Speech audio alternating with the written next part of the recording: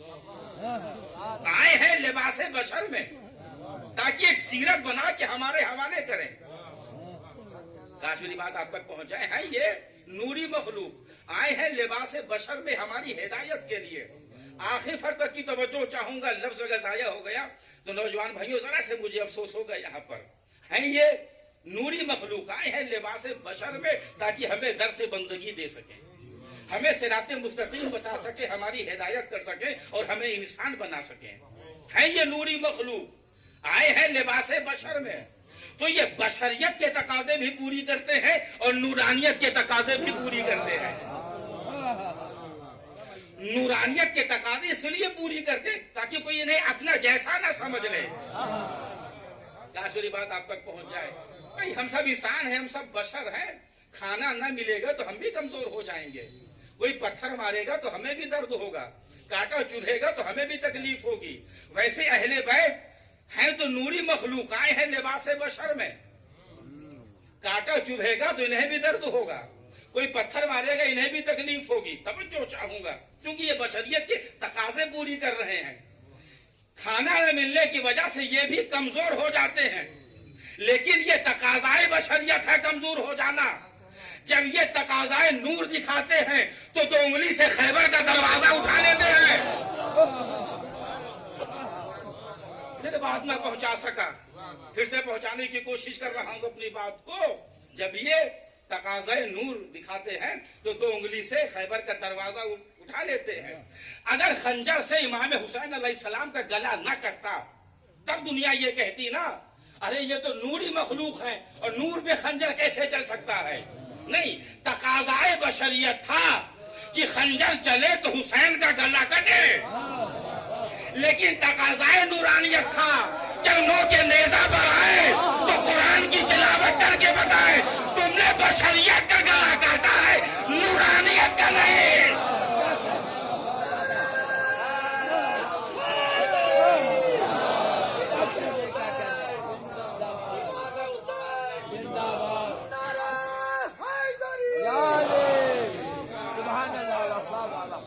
تو آپ سمجھے یہ جو ہے یہ نوری مخلوق ہے.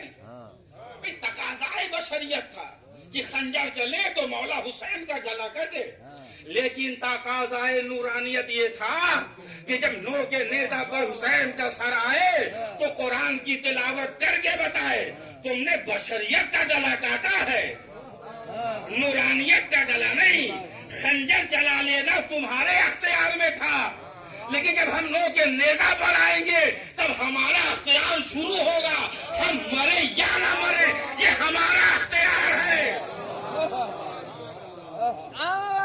میری بات آپ تک پہنچا.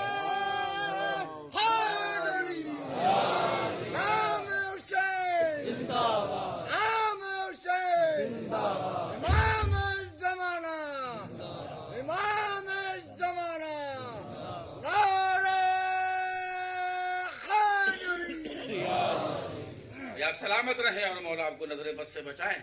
تو مولا علی کا سب سے بڑا کمال یہی ہے بشر بن کے میسم کی دکان پر بیٹھ جانا.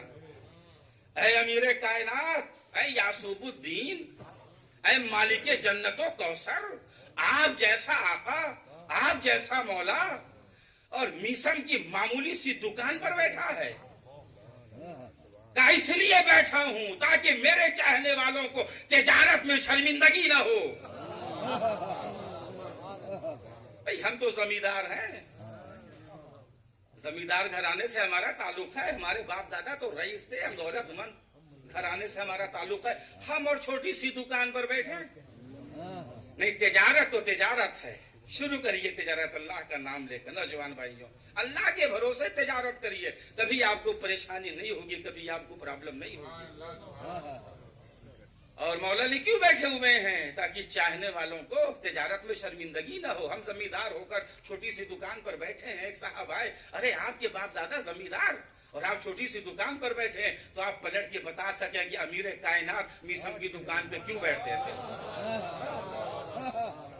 مولا علی علیہ السلام میسم کی دکان پر کیوں بیٹھتے تھے؟ اب آپ کی توجہ چاہوں گا. تجارت اللہ کے بھروسے ہونا چاہیے. اللہ کے بھروسے کریے,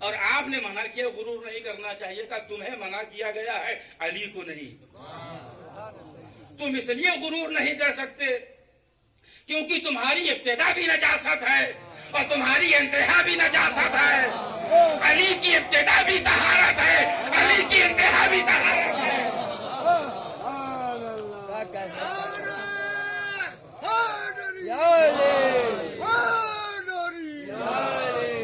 اب میرے پاس وقت نہیں ہے، ورنہ میں شرح کا دستور پڑھنے کے لیے کئی تقریر چاہیے.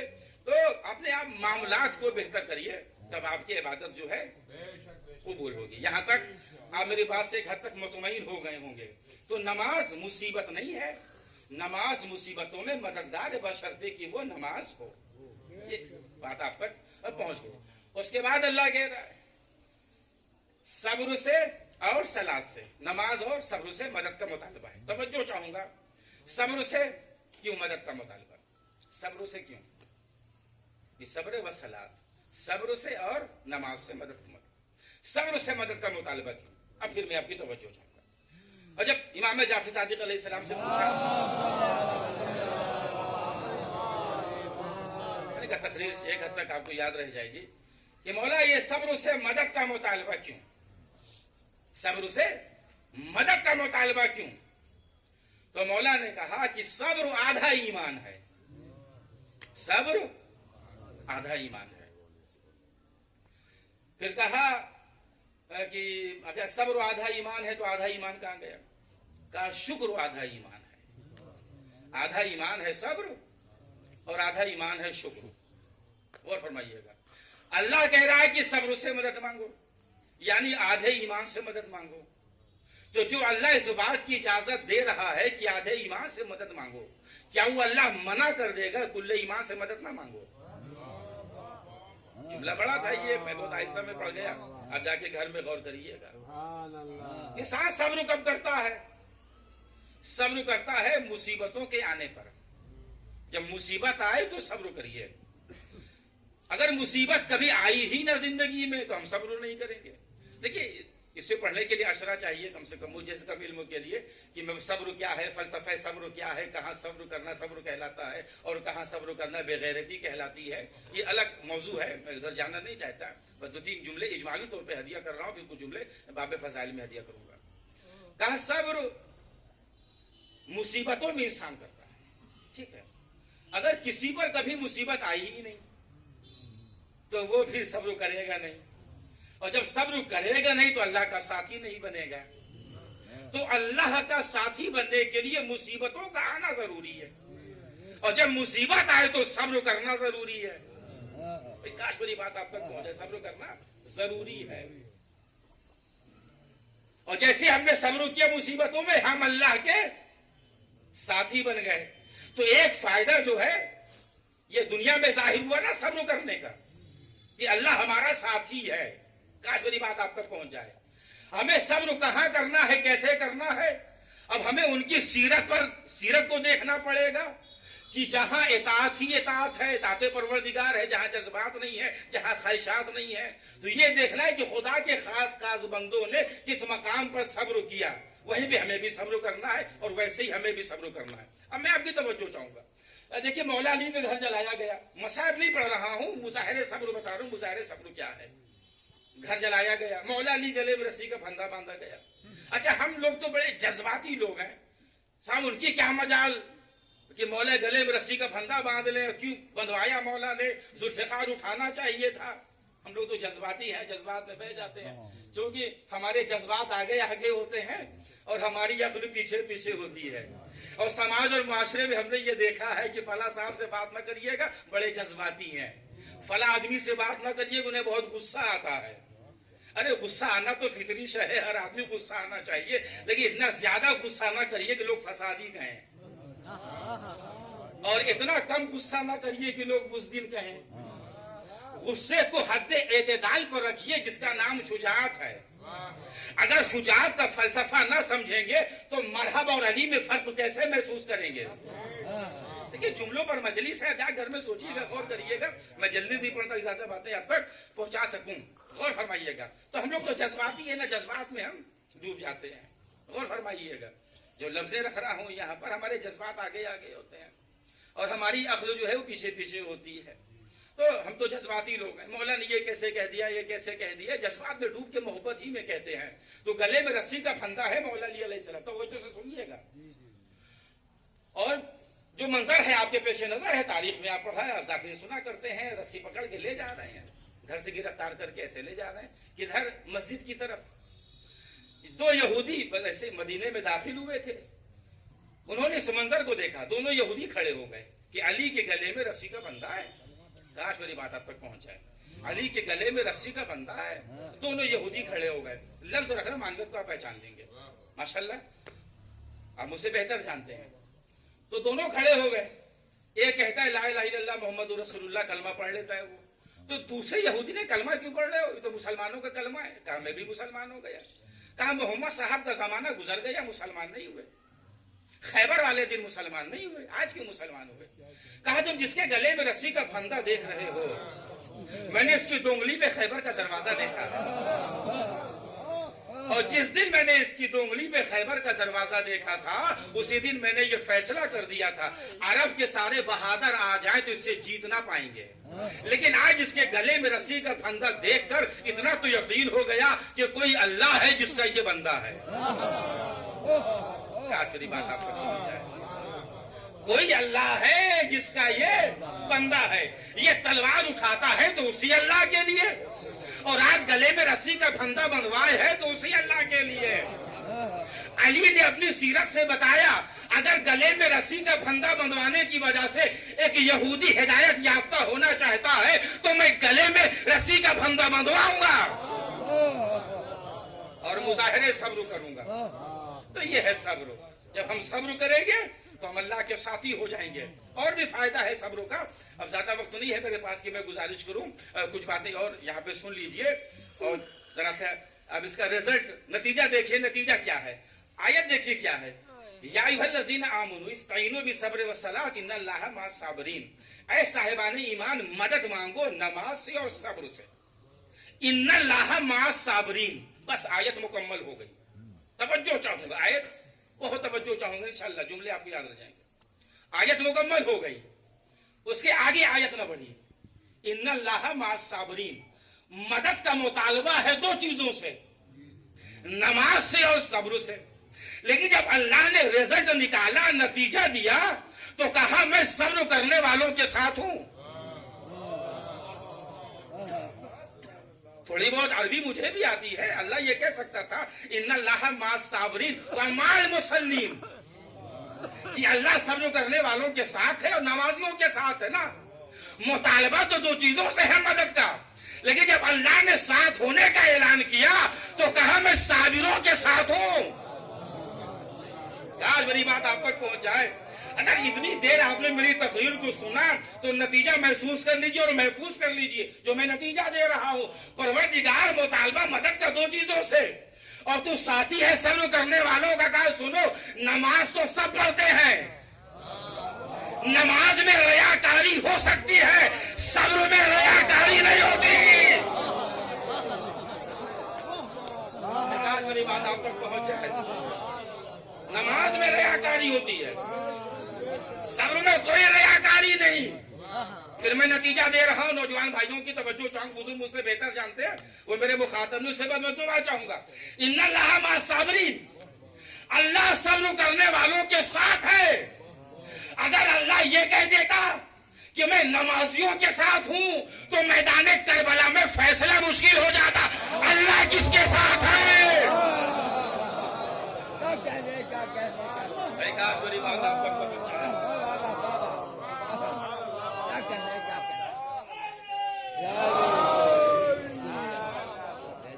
سلامت رہے اور مولا آپ کو نظر بس سے بچائے. میدان کربلا میں یہ فیصلہ مشکل ہو جاتا. اللہ کس کے ساتھ ہے؟ یزید کا لشکر بھی نماز پڑھ رہا ہے, قاری قرآن ہے, حافظ قرآن, سب تو ہیں. آج میری بات آپ تک پہنچ جائے. اللہ کہہ رہا ہے کہ میں صبر کرنے والوں کے ساتھ ہوں. اب اگر فیصلہ یہ لینا ہو کہ میدان کربلا میں اللہ کس کے ساتھ ہے تو یہ دیکھنا کہ صبر کرنے والا گروہ کون سا ہے. آخر فرق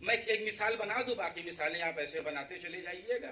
دیکھیے سخاوت کا تعلق روح سے ہے. سخاوت، انسان سخی ہے، اس کا تعلق روح سے ہے.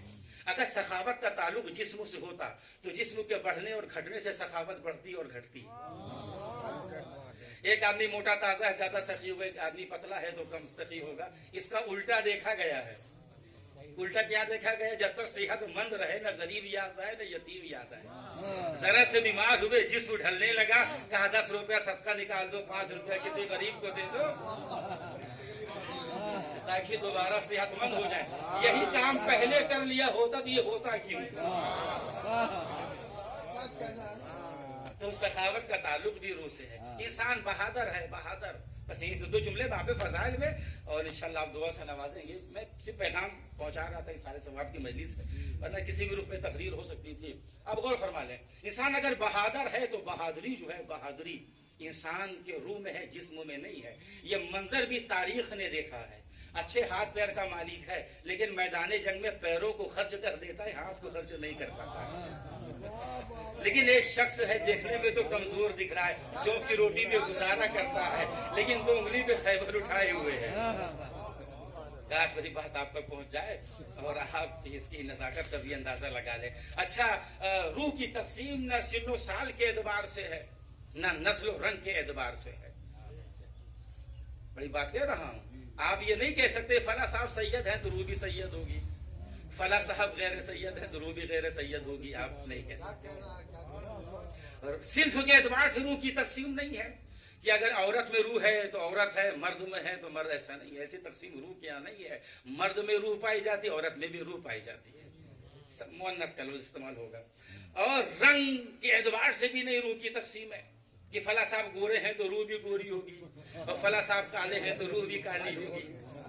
تاریخ نے یہ بھی نظیر دیکھی ہے، جسم کا گورا ہے، روحانی اعتبار سے اتنا کالا ہے کہ پیغمبر بدن سے اٹھا دیتے ہیں. لیکن جسمانی اعتبار سے تو کالا ہے، چہرہ تو کالا ہے، لیکن روحانی اعتبار سے اتنا سفید ہے کہ پیغمبر مقام اذان پہ لا کے کھڑا کرتے ہیں.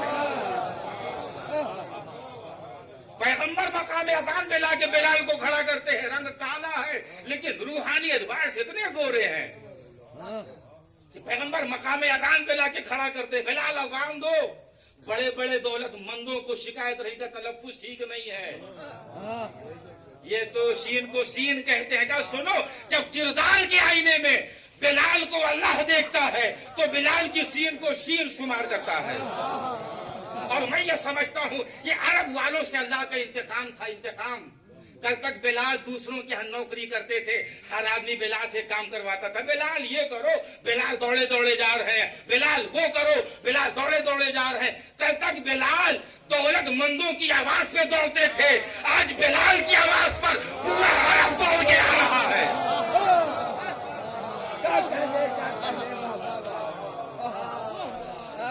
تو ایسی تقسیم روح کے یہاں نہیں ہے. آخری بات، اور مجلس مکمل. اور سن و سال کے اعتبار سے بھی روح کی تقسیم نہیں ہے. آپ یہ نہیں کہہ سکتے وہ بچہ ہے تو روح بھی بچہ ہوگی، وہ جوان ہے تو روح بھی جوان ہوگی، وہ بوڑھے ہیں تو روح بھی بوڑھی ہوگی.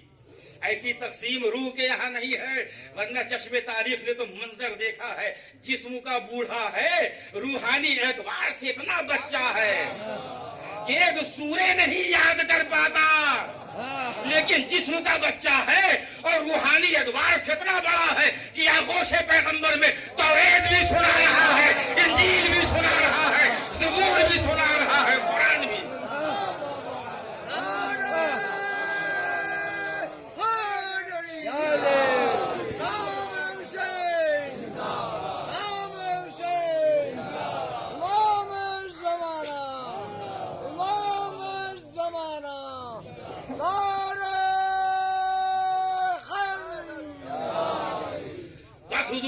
بیان مکمل ہو گیا.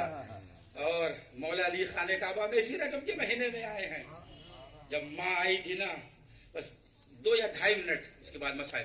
جب ماں آئی تھی، دعا کی اور دیوار میں ایک نیا در پیدا ہوا. اندر سے آواز آئی، آئیے چلی آئیے، آپ کوئی مریم نہیں ہے. تعصب رکھنے والا مورخ ابن حجر مکی سوائق محرقہ میں لکھتا ہے کہ اندر سے آواز آئی، آئیے، آپ کوئی مریم نہیں ہے، علی کی ماں کے لیے آواز آئی۔ دیوار میں نیا در، اندر سے آواز۔ میں نے کہا تعصب رکھنے والا محرق ابن حجر مکی سوائق محرقہ بڑی ضخیم کتاب ہے، اس میں لکھ رہا ہے اندر سے آواز آئی۔ تو اندر سے آواز دینے والا کون ہے؟ علی کی ماں شہزادی فاطمہ بنت اسد عام خاتون تو نہیں ہے، کیونکہ مولانا عابد رضوی کا تو گھر ہے ہی نہیں کہ شادی بیاہ کے محمد رسموں کے موقع پر محرم نامحرم سب برابر ہو جائے۔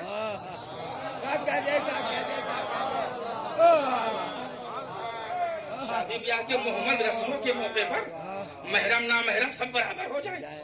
خاندانی بنی ہاشم کی بہو ہے، علی کی ماں ہے، اور کوئی بھی شریف عورت کسی گھر میں اس وقت تک جاتی ہی نہیں جب تک گھر سے جانی پہچانی آواز نہ آ جائے۔ 2 منٹ سنیے، اجازت دیجیے مجھے، 2 منٹ سنیے۔ کوئی بھی شریف عورت کسی گھر میں اس وقت تک جاتی ہی نہیں جب تک گھر سے جانی پہچانی آواز نہ آ جائے۔ یہ ابن حجر مکی سوائق محرقہ میں لکھ رہے ہیں حضور والا اندر سے آواز آئی۔ ایک زوجہ کے لیے سب سے مانوس آواز اس کے شوہر کی ہوتی ہے۔ خدا جانے خدا کو اس گھرانے کا لہجہ کتنا پسند تھا۔ شب معراج محمد سے کلام کیا تو علی کے لہجے میں، فاطمہ بنت اسد کو بلایا تو ابو طالب کے لہجے میں۔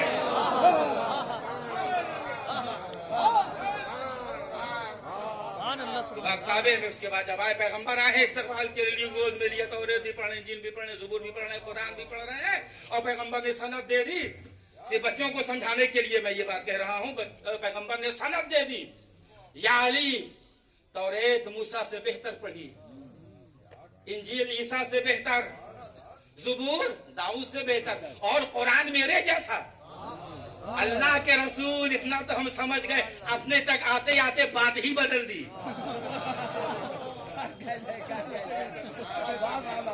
اپنے تک آتے آتے بات بدل دی کہ توریت موسیٰ سے بہتر، انجیل عیسیٰ سے بہتر، زبور داؤد سے بہتر۔ کہیے نا اللہ کے رسول، کہیے گا نہیں، نبی نے نہیں کہا ہے۔ یہ کیا قرآن میرے جیسا؟ بات کیوں بدل دی؟ کہا جی میں امت کو سمجھا دوں کہ میرے بعد اگر کوئی میرا جیسا ملے گا تو یہ علی ہے۔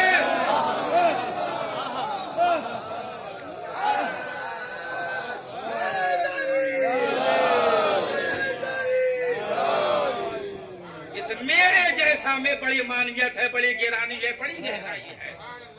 تو چھوٹی سی بات اور بتائیے اللہ کے رسول، کیا جناب موسیٰ علیہ نبینا توریت کے حقدار نہیں تھے؟ کہا تھے تبھی تو ملی۔ کیا جناب عیسیٰ علیہ نبینا انجیل کے حقدار نہیں تھے؟ کہا تھے تبھی تو ان پر نازل ہوئی۔ کیا جناب داؤد علیہ نبینا زبور کے حقدار نہیں تھے؟ کہا تھی تبھی تو ان پر نازل ہوئی۔ کتابیں ان پر نازل ہوئی۔ علی نے کیسے بہتر پڑھا؟ کہا معاملہ تو سمجھو، ابھی تک توریت اللہ کا کلام تھا، زبان موسیٰ کی تھی، انجیل اللہ کا کلام زبان عیسیٰ کی، زبور اللہ کا کلام زبان داؤد کی۔ آج معاملہ بدل گیا، کلام بھی اللہ کا، زبان بھی اللہ کی۔ صلوات پڑھیں عظمت محمد۔ بس حضور والا ہم آپ کی سماعتوں کے شکر گزار ہیں۔ اب اسدار بھائی کو مجلس پڑھنا تھا، حالانکہ مجھے نہیں پتا تھا، اور اچانک مجھے فون کیا 1 ہفتہ پہلے ہی، حالانکہ چونکہ بہرحال بیان میرا مکمل ہو گیا، کہاں تک آپ مطمئن ہوئے مجھے نہیں پتا۔ تو یہ اہل بیت کی جو سیرت ہے اس پر عمل کریے۔ صبر میں گفتگو کر رہا تھا، حسین سید الصابرین ہے، اور قرآن نے یہ فیصلہ کیا کہ وہ لوگ جنہوں نے صبر کیا ان پر اللہ کی طرف سے رحمت بھی ہے اور صلوات بھی ہے۔ حسین سید الصابرین ہے، اور قرآن نے فیصلہ کیا کہ جو صبر کرنے والے وہ علیہ السلام ہے۔ جب قرآن نے فیصلہ کر دیا کہ حسین علیہ السلام ہے تو ہمیں کس نے حق دیا ہم حسین کو رضی اللہ کہیں؟ یہ سید الصابرین ہے اور یہ قرآن کا فیصلہ ہے، میرا فیصلہ نہیں ہے کہ جو صبر کرنے والے ان پر اللہ کی طرف سے صلوات ہے اور رحمت ہے۔ دیکھیے صبر کرنے والوں کی تاریخ ہے، تاریخ انبیاء میں دیکھیے آپ کو صبر کرنے والے ملیں گے، تاریخ اولیاء میں دیکھیے آپ کو صبر کرنے والے ملیں گے، لیکن جو صبر امام حسین کا صبر ہے، ایسا صبر آپ کو کہیں نہیں ملے گا، کہیں نظیر نہیں ملے گی۔ خدا کی قسم یہ مجلس عزا ایصال ثواب کی مجلس ہے، حسین کا غم تو غم کہلاتا ہے، لیکن ہمارے غموں کے لیے مرہم بن جاتا ہے۔ یہ غم حسین ہمارے غموں کے لیے مرہم بن جاتا ہے۔ بیٹے نے باپ کی سال ثواب کی مجلس برپا کی، رشتہ دار جمع ہیں، خاندان کے لوگ جمع ہیں، بھائی ہیں مرحوم کے۔ دیکھیے بھائی کا بڑا صدمہ ہوتا ہے، ابھی آپ مرثیہ میں سن رہے تھے، بھائی کا بڑا صدمہ ہوتا ہے، بھائی کا اڑ جانا۔ یہ کوئی بھائی کے کلیجے سے پوچھے، بڑا صدمہ ہوتا ہے بھائی کا، بڑا صدمہ ہوتا ہے بھائی کا، بڑا صدمہ ہوتا ہے بھائی کا، بھائی کا اڑ جانا کوئی بھائی کے کلیجے سے پوچھے کہ بھائی کا درد کیا ہوتا ہے اور بھائی کا غم کیا ہوتا ہے۔ دیکھیے یہ میرے جملے نہیں ہیں، یہ مقتل کے جملے ہیں۔ حمید ابن مسلم کہتا ہے کہ حسین تو خیمے کے در پہ کھڑے تھے، لیکن جب مقتل سے آواز آئی یا آقا ہو ودرکنی، آقا مدد کریے، مولا عباس کی آواز تھی، مولا عباس کی صدا تھی، تو حمید کہتا ہے کہ دونوں ہاتھ سے مولا حسین نے کمر کو پکڑا اور منہ کے بل خاکے کربلا پہ گر گئے۔ اس کے بعد جو مرثیہ پڑھا ہے نا بہت دردناک، الان انکسرا ظہری، اے بھیا میری کمر ٹوٹ گئی۔ ایک جملہ اور میں مقتل سے پڑھ رہا ہوں، مقتل ہی کا جملہ ہے وہ بھی میں پڑھ رہا ہوں۔ اور جب مولا حسین چلے ہیں نا عباس کی طرف، تو یہ پوری ذمہ داری سے پڑھ رہا ہوں، مقتل ہی کا جملہ ہے کہ پہلے عباس کے دونوں کٹے ہوئے ہاتھ کیے، جانتے ہیں کیا ہوا؟ دونوں ہاتھ کو اٹھا لیا، کلیجے سے لگایا، چوما، پھر دیکھا نجف کی طرف، کہا بابا یہ وہی ہاتھ ہے جو شب 21 کو ہمارے ہاتھ میں دے گئے تھے۔ بابا میں کیا کروں، میرے عباس کے ہاتھ کٹ گئے۔ جزاک اللہ خیر، اللہ آپ کی آوازوں پہ رحمت نازل کرے، اللہ آپ کی آنکھوں پہ رحمت نازل کرے، اللہ مرحوم کے درجات میں بلندی عطا فرمائے، مرحوم کی مغفرت کرے، بزرگوں کا سایہ سروں پہ برقرار رہے، نوجوان سلامت رہے، ماں بہنوں کی گودیاں ان کے پردے آباد رہے۔ دو چار جملے اور بعنوان پرسہ سن لیجیے، یہ جملے پڑھ کر میں مرحوم کے گھر والوں کو پرسہ بھی دے رہا ہوں، یہی جملے ان کے لیے سبب تسکین ہوں گے۔ باپ کا بڑا سہارا ہوتا ہے، باپ کا بڑا آسرا ہوتا ہے۔ دیکھیے ایک بات ہے فطرت میں ایک بات اللہ نے یہ رکھ دیا کہ جو بیٹے ہیں نا، بیٹے وہ ماں سے بہت محبت کرتے ہیں اور بیٹیاں باپ کو بہت چاہتی ہیں۔ اچھا محبت ہے باپ اور بیٹی کی، اچھا محبت ہے۔ نظیر میں دیکھا ہوں کربلا میں بہن تو آ گئی تھی بھائی کو سوار کرنے کے لیے، بہن تو آ گئی تھی بھائی کو سوار کرنے کے لیے، گھوڑے پر بھائی کو سوار کر دیا تھا، لیکن سوار کرتے کرتے بہن نے اتنا ضرور پوچھا، بھیا میں نے تو سوار کر دیا، اب آپ کو اتارے گا کون؟ جزاک اللہ خیر بھیا باپ کو اتارے گا کون؟ میں نے تو سوار کر دیا، باپ کو اتارے گا کون؟ مظلومی نے تڑپ کے کہا بہن گھبرانا نہیں، اماں فاطمہ آئے گی، 2 منٹ میں مجلس مکمل ہو جائے گی، اللہ آپ کی آوازوں پہ رحمت نازل کرے، اللہ آپ کی آنکھوں پہ رحمت نازل کرے۔ بہن نے سوار کر دیا، اب جو آگے بڑھنا چاہتے ہیں، 4 برس کی بیٹی گھوڑے کے قدموں سے لپٹ کے کہہ رہی تھی، نیند آئے گی جب آپ کی منہ پاؤں گی بابا، میں رات کو مقتل میں چلی آؤں گی۔